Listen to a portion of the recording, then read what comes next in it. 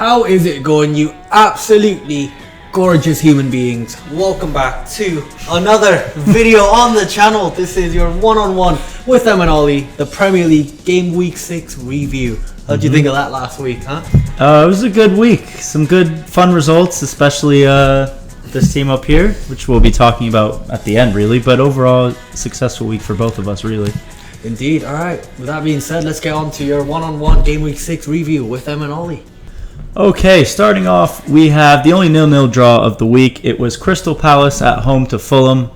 Overall, there's not too much to say about the game. Both teams had some good chances, but not clinical enough. Do you agree, Em? Yeah, I do agree. I definitely don't think they're even good chances. No. They had decent chances where they just couldn't even finish to save their own lives. So I think 0-0 is the perfect result for this game. Yeah, I'd agree. So I'd love to move on to something a little bit more interesting, though. Luton Town versus Wolves. 1-1 is the main result. Let's get a little flashback to last week. I did say Carlton Morris would score. I did say they'd win. They had so many good chances in the first half. Yeah. They just, couldn't really convert. So, yeah, 1-1. It's a good result for them. I'm sure the Hatters are still really, really happy with that, getting a draw. I feel like they should have gotten more out of that game, though, and they shouldn't have conceded. Pedro Neto scored a man down for Wolves to take the lead. Really good goal. Yeah, good goal, and it probably shows that they were still fighting. They still have that energy, especially after they went a man down. So I'm sure you think the same here about this game. Yeah, it was a fair result, 1-1. Both teams had good chances, like Em said. Luton Town in the first half had a lot of good opportunities, and like you said, Pedro Neto's goal was really good piece of individual quality. But yeah, another 2 draws to start the week. Not much more else to say about that, is there? No, not really. Let's move on to the first game that involved 3 points. It was Manchester City at home to Nottingham Forest, winning 2-0. Red card for Rodri, but overall, City just cruised to victory. I mean, Forest had a few good opportunities, but in the end, Man City's just too good, really, aren't they? Yeah, they are. I think Man City played in 4th gear the entire game, and which is exactly what they've been doing all year. They haven't really had a challenging match yet. The hardest opponent they've gotten this year was Newcastle, right? And they still beat them.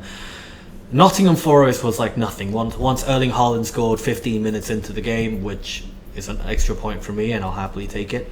Once Erling Haaland scored 15 minutes into the game, they sort of just stopped playing football and started doing some training.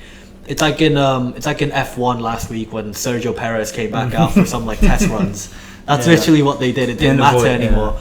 It's like a training session on a Saturday afternoon for Man City. Yeah. So really, really easy. Forest had a couple of chances, right? Yeah. Nothing to write home about. 2-0 is the result, but if they tried, then it would have been a lot worse than that. Then maybe my prediction would have been correct. But for now, it's 2-0. And we've got the first, some would say, shock of the week, right? With Everton beating Brentford away 3-1. What you make of this game? Well, I was really surprised that Everton came out and not only did they score 3 goals, because they hadn't done that all year in total, but scoring 3 goals away at a really tough ground like Brentford was really impressive and a big shock. I did say that I didn't think Brentford were going to win. I didn't think they were going to lose, but overall, a really important 3 points for Everton. I mean, they desperately needed that. They're on 4 points now in the season. Calvert-Lewin scoring again, which I think everyone's happy to see considering his injury record. And yeah, Brentford just looked a bit lost for ideas there. They're kind of slowly starting to begin to miss Ivan Toney like we all thought they would. So yeah, a really good result for Everton. Yeah, so I think no one expected Everton to win. Everyone thought Brentford's going to do well.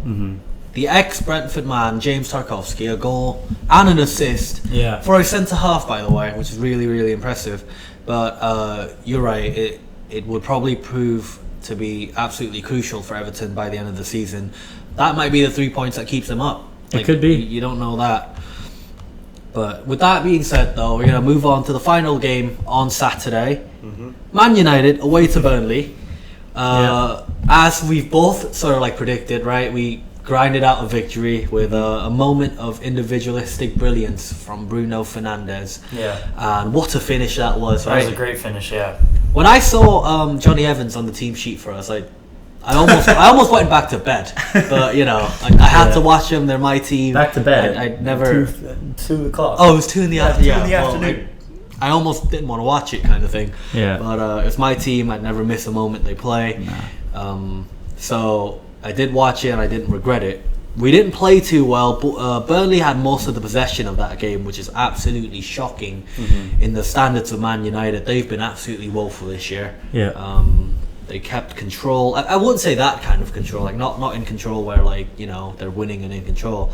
They just controlled the ball, really. So it's not Ten Hag's philosophy. His players, well, he didn't have the players to do that, judging by the fact that his back line consisted of Johnny Evans and Victor Lindelof, and then Reguilon off the left, Dalot off the right. I don't care what anyone says. I still think Man United's best left back is Luke Shaw, but I think everyone agrees with that. Really? Yeah, I don't think anyone disagrees that Luke yeah, Shaw well, is our best left back is Luke Shaw. He's one of the best in the league, and we're really missing him. He would be able to perform better than Reguilon, but Reguilon has been filling in for us really, really nicely. For a loner, that's about as much as I could ask for, as anyone could ask for. I don't know what McTominay's still doing at Man United. Hannibal Mabry did show signs of, you know, maturity in that game. He kept control. He drove the ball up the field. Haven't had much of that lately either. And again, that finish by Bruno Fernandes was absolutely world class, following an absolutely world class assist by Johnny Evans. So I couldn't believe that I'm saying that. But yeah, that's about all I have for you when it comes to that game. We can move on to your game now. Yeah, let's do that. Let's move on to the big game of the weekend, which was the North London derby. Arsenal at home to Tottenham. It finished 2-2. I'd say it's a fair result on how the game played out, although I would say Spurs definitely had opportunities to win that game. I think we, especially in the second half, controlled the entire half, basically. I mean, once Declan Rice went out with what we thought was at first a tactical change, which would have been really stupid, but it was a calf injury or back injury he said he had, but Jorginho just doesn't look like he fits that role, especially when he's the lone, you know, deep-lying player, because Kai Havertz is awful, so he doesn't offer anything going forward or defending. And yeah, I was really happy with the fact that we went down twice in that game to come back each time, you know, show resilience, show character, stuff we haven't seen from Spurs in so long. And yeah, I'm just really happy we got a point. It's a successful point, and I'd say most people, like most neutrals, come out of that game thinking Spurs probably played a bit better than Arsenal, and Spurs are probably in a better position going forward than Arsenal are, considering the preseason expectations for both teams. So yeah, I can't really complain about that. What did you think? No, I think it was a really, really good game. I did spot something that Ange Postecoglou did, which I'm kind of jealous of, and I wish that my own manager did that. I noticed how it was 2-2. It was like the 75th minute, and you know, Spurs have every right to keep attacking and try and win that game. So does Arsenal. Yeah. He took off James Maddison and Heung-min Son. Yeah. He rotated, like, you know, whatever it is. I don't think Ten Hag does that enough. You know, we don't rotate enough, and to see Ange do that, like that, I think that's incredible. Romero really unlucky to come away with an own goal and giving up that penalty. Yeah. Should have been a penalty. Yeah. I mean, without his arm, that ball's going roofing on the net. It should have been a pen, but it wasn't anything intentional or anything like that. You know, like he didn't intend to stop the ball going in the net. No, he was just defending, and it unluckily hit his hand. But that's how he defends. Yeah. To your point with Postecoglou, though, I'd say most Spurs fans are actually upset that he took Son off. Because Maddison makes sense, because we all saw what happened to his knee earlier, so it's just a precaution. But I think once we had both of them off, you know, Højbjerg and Richarlison just don't offer anything the same as what Son and Maddison do. So, I mean, he said afterwards it was simply for precautionary reasons, which I'm actually not too upset about, because, you know, if we're one or two injuries away from key players from probably finishing 8th, you know what I mean? If Maddison or Basuma or any of our two center backs get injured, like, so isn't that why you rotate though? Like, that's the point. No, I agree. Yeah. I agree. But most Spurs fans, like including myself at the time, were like, okay, there's still 15 minutes left at least. Don't we want to go and try and win this game? We took off our two most influential players, but it's simply due to precautionary reasons. So yeah, I'd agree. I'm happy overall in the end that he did that, because it didn't prove detrimental to the team. Alright, from one entertaining game to another, we've got Brighton at home to Bournemouth. Brighton beating Bournemouth 3-1. Bournemouth went 1-0 up through I'd say silly mistake by Verbruggen. I don't know what he was doing way up there. Solanke scored, but then Matoma came on and showed them who's Boss. Father. Who's boss? I was gonna say daddy, but that would have sounded weird. Just Just show them Dyche. who's boss. You know what? Matoma, we'll get to that in a minute.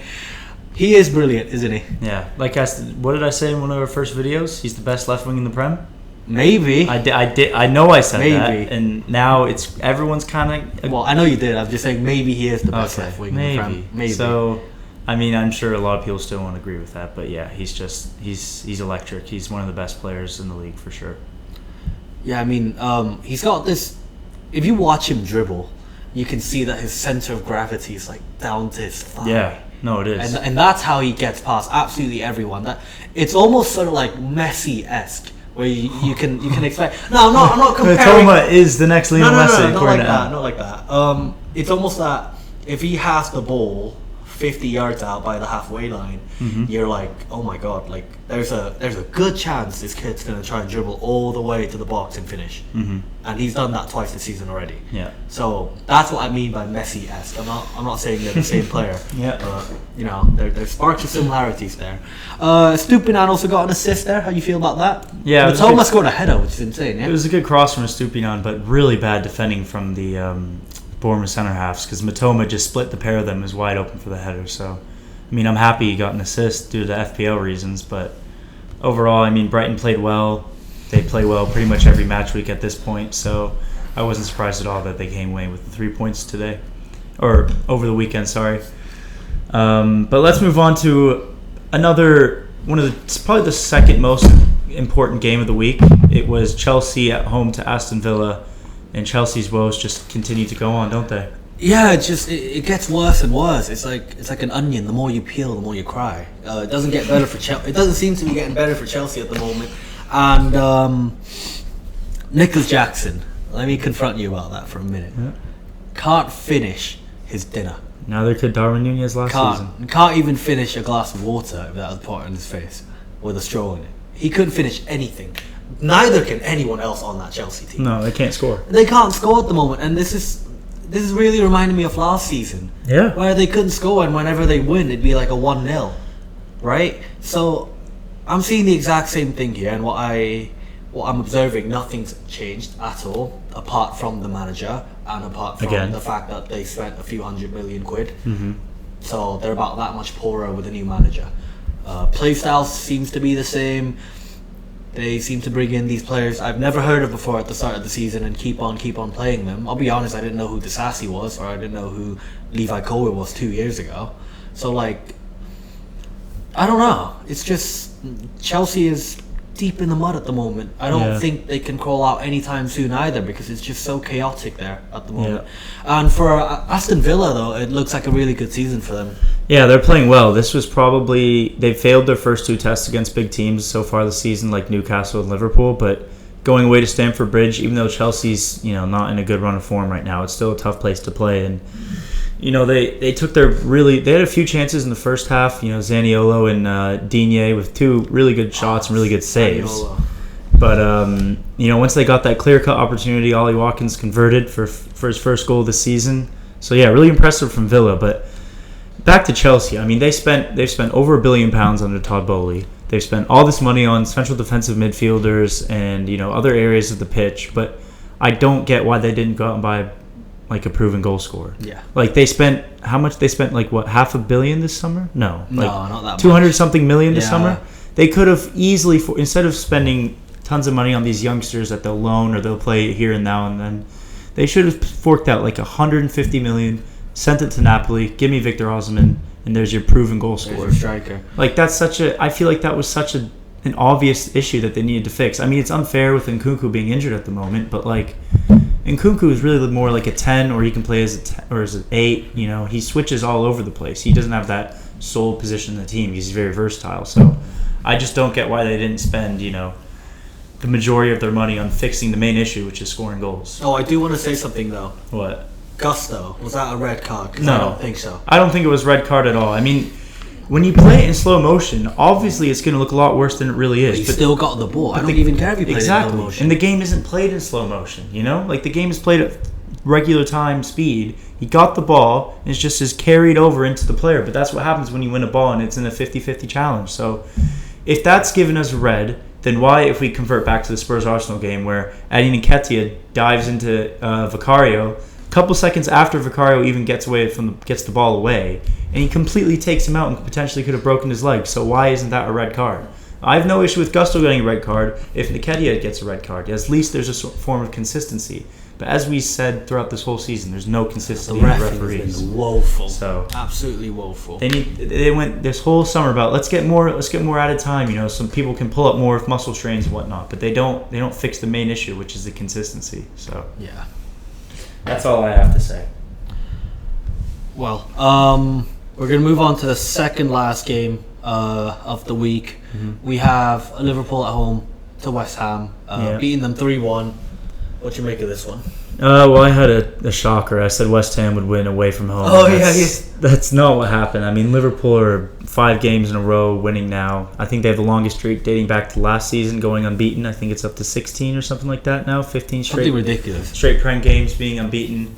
Salah scoring again. Even though it was a pen, he had a really lively game. Could have had a few assists if Darwin or Diaz finished. But yeah, Liverpool are in a really good role right now. They've got a really good team playing at the moment. It'll be tough for Spurs to play them over the weekend, but yeah, not much to say. Yeah, I don't know what to make of Darwin Núñez at the moment. He's still bad. I don't. I know you think he's absolutely rubbish, but to me, I think he will start scoring. Mm-hmm. I do. It's just like it's physically impossible for a football player to get into that many good chances, to always be there and not score. I mean, he should have had a hat-trick this game. Mm-hmm. He really should have. So he's either going to have to improve his finishing very, very shortly, or I think he's going to be in deep trouble and he's not going to get any more game time soon. Especially with Gakpo and Jota, Diaz on the sidelines. You say Firmino? No. Oh, I thought you said... I said no. Diaz. Oh, okay. Diaz on the sideline, waiting for that position.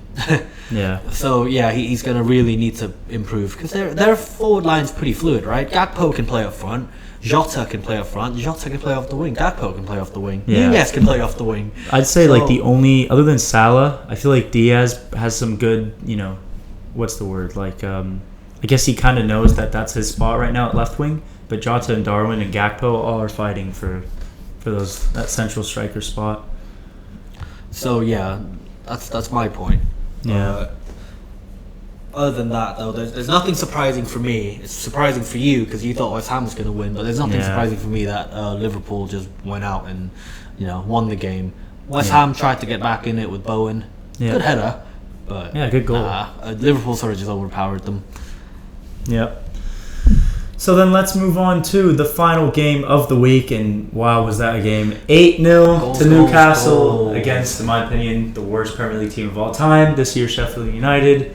Almiron on the screen with one of the goals. I mean, before we get into it though, when we were watching this back, and you can speak in detail on this, Newcastle's first 3 goals weren't really fair, were they? No, I don't think so at all.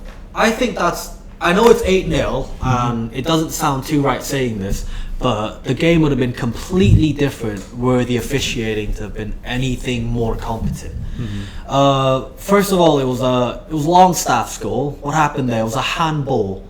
It was a handball from Anthony Gordon during the build-up. He literally basketball dribbled that one. It wasn't over the line, unlike Rashford's, right? It wasn't over the line, so fair enough. But he handled that ball. That goal should not have counted. Now let's move on to Dan Burn. It was a corner. The ball deflected off of a Newcastle player and went out of play for the corner. Shouldn't have been a goal because there was no corner, in my opinion. No. Actually, not in my opinion. Factually, that wasn't a corner. Yeah. And then Sven Botman from a Trippier free kick. That wasn't a foul. No.